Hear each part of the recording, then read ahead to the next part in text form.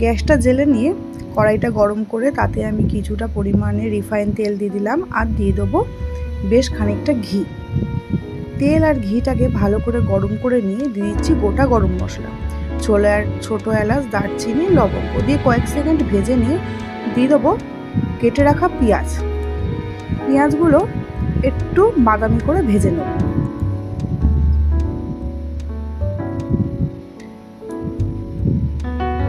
সমস্ত পেঁয়াজগুলি আমি দিয়ে দিচ্ছি। পেঁয়াজ ভাজতে ভাজতে কিন্তু একটু নুন দিয়ে দেবো। নুন দিলে পেঁয়াজটা বেশ ভালো ভাজা হয়, পুড়ে যাওয়ার ভয় থাকে না।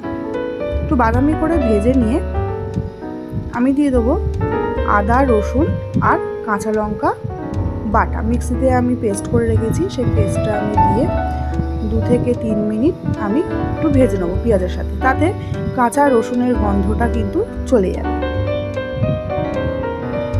কালারটা যখন চেঞ্জ হয়ে যাবে আদা, রসুন আর পেঁয়াজের ভাজতে ভাজতে, তখন আমি দিয়ে দেবো মাংসগুলো। মুরগির মাংস ভালো করে ধুয়ে জল ঝরিয়ে রেখেছিলাম।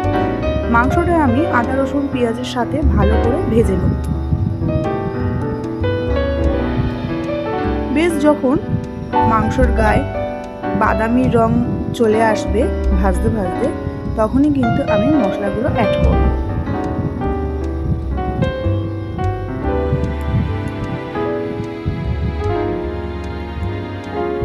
ভালো করে ভেজে নিচ্ছি যাতে মাংসের গায়ে সমস্ত মশলাগুলো লেগে যায়।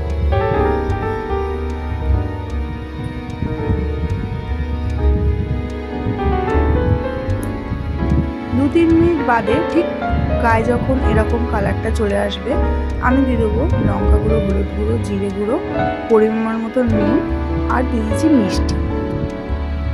দিয়ে মশলাটা কিন্তু ভালো করে আমি কষিয়ে নেব। সাথে অল্প একটু সামান্য পরিমাণে জল দিয়েছিলাম যাতে মশলাটা ধরে না যায়। দিয়ে দিচ্ছি কাজু বাদাম 15 মিনিট গরম জলে ভিজিয়ে দুধ দিয়ে পেস্ট করে নিয়েছি। সেটা দিয়ে 2-3 মিনিট মতন আমি মাংসটার সাথে কষিয়ে নিচ্ছি। কষানো হয়ে গেলে আমি দেব নারকেলের দুধ। আজকে যেহেতু চিকেন মালাইকারি করছি, তো নারকেলের দুধটা তো অতি অবশ্যই দিতে হবে। নারকেলের দুধ ছাড়া কিন্তু মালাইকারি অসম্পূর্ণ। আমি বেশ খানিকটা নারকেলের দুধ দিয়ে দিই। গরম জলে গুলে রেখেছিলাম, সেটাও ভালো করে সমস্ত কিছু কিন্তু আমি মাংসের সাথে মিশিয়ে নিচ্ছি। মেশানো হয়ে গেলে আমি উষ্ণ গরম জল দিয়ে দেবো। দিয়ে মাংসটা আমি 20 মিনিট মতন সেদ্ধ করে নেব। লো টু মিডিয়াম আমি আঁচটা রাখবো। সমস্ত কিছু আরও একবার ভালো করে মিশিয়ে নিয়ে আমি ঢাকা দিয়ে দিচ্ছি। চিকেন মালাইকারিটা খেতে কিন্তু সত্যি খুব অপূর্ব হয়, এতই টেস্টি হয়েছে বলার মতো না। দেখো আমার 20 মিনিট বাদে আমি ঢাকাটা খুললাম। মাংসটা এতটাই সফট হয়েছে মানে বলে বোঝানোর মতো। আমি দিয়ে দেবো গরম মশলা গুঁড়ো, দিয়ে ভালো করে মিশিয়ে নেবো। এতে কিন্তু কসুরি মেথিও দেওয়া যায়, তবে আমার কাছে ছিল না বলে আমি আজ দিয়ে আমি 10 মিনিট মতন আবার ঢাকা দিয়ে রাখবো।